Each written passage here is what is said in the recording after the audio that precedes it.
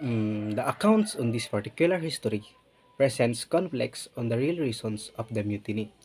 There were two documents, which was the document of the historian of Spanish and the document by the Filipino researcher. So, after the argument, I will decide which side do I believe as true about the Cavite mutiny. So, before I proceed to the argument of this issue, let me discuss about what the Cavite mutiny is all about.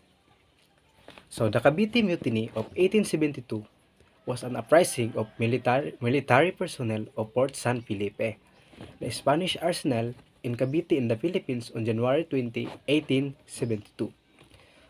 The 1872 Cavite Mutiny and the deaths of Father Mariano Gomez, Jose Burgos, and Jacinto Zamora, o mas kilala natin sa tawag na Gumborsa.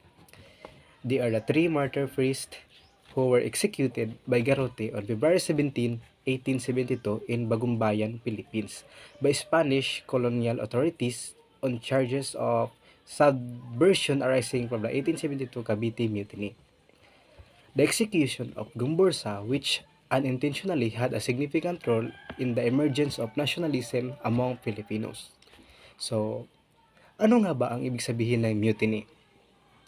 When we say mutiny, this is the revolt or strike o ang pag-aalsa o pag-aaklas.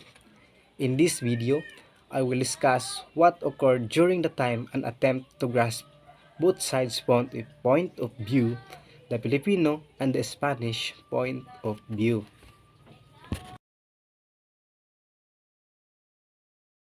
So, let's start the argument in the Filipino perspective. So, this primary source excerpts from Pardo de Tavera's account of the Cavite Mutiny. This uprising among the soldiers in Cavite was used as a powerful level by the Spanish residents and by the friars. The central government in Madrid had announced its intention to deprive the friars in these islands of powers of intervention in matters of civil government and of the direction and management of the university. It was due to these facts and promises that the Filipinos had great hopes of an improvement in the affairs of their country, while the friars, on the other hand, feared that their power in the colony would soon be complete a thing of the past. Up to that time, there had been no intention of secession from Spain, and the only aspiration of the people was to secure the material and education advancement of the country. According to Tabera, or according to this account, the incident was merely a mutiny by Filipino soldiers and laborers of the Cavite arsenal to the dissatisfaction arising from the draconian policies of Esquerdo, such as the abolition of privileges and the prohibition of the founding of the School of Arts and Trades for Filipinos, which the general saw as a smokescreen to creating a political club. Tavera is of the opinion that the Spanish friars and Izquierdo used the Cavite Mutiny as a way to address other issues by blowing out of proportion the isolated mutiny attempt. During this time, the central government in Madrid was planning to deprive the friars of all the powers of intervention in matters of civil government and direction and management of education institutions. The friars needed something to justify their continuing dominance in the country, and the mutiny provided such opportunity. So now, let's discuss about the Spanish perspective or the Spanish accounts of the mutiny.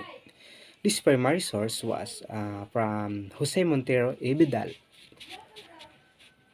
Vidal interpreted that the mutiny was an attempt to remove and overthrow the Spanish colonizers in the Philippines. His accounts corroborated with the account of Governor General Rafael Esquerdo, the Governor General of the Philippines at the time of the mutiny. Both mention that mutiny was powered by a group of native clergy. The Cavite Mutiny was an aim of the natives to get rid of the Spanish government in the Philippines due to the removal of privileges enjoyed by the laborers of the Cavite arsenal of Port San Felipe, such as exemption from the tribute and forced labor. The Democratic and Republican books and pamphlets, the speeches and preaching of the apostles of these new ideas in Spain, and the outburst of the American publicists and cruel policies of the incentive governor whom the reigning government sent to govern the country. Native Filipinos put into action these ideas were the occurring conditions which gave rise to the idea of achieving their independence.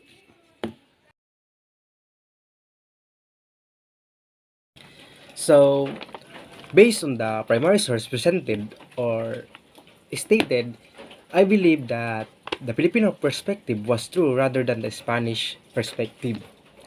Because for me, the version from Filipino perspective was very accurate.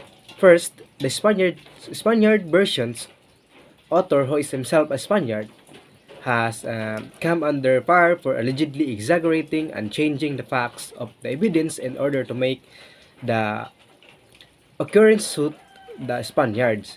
Second, the Filipino version is longer and more credible because it discusses both accounts, while the Spanish historian left out the Filipino suffering throughout this period. The Filipino version also revealed the real reason the Governor General inflated his reporting on the Cavite insurrection. With this, uh, I can say that the Filipino version contains the truth. Thank you.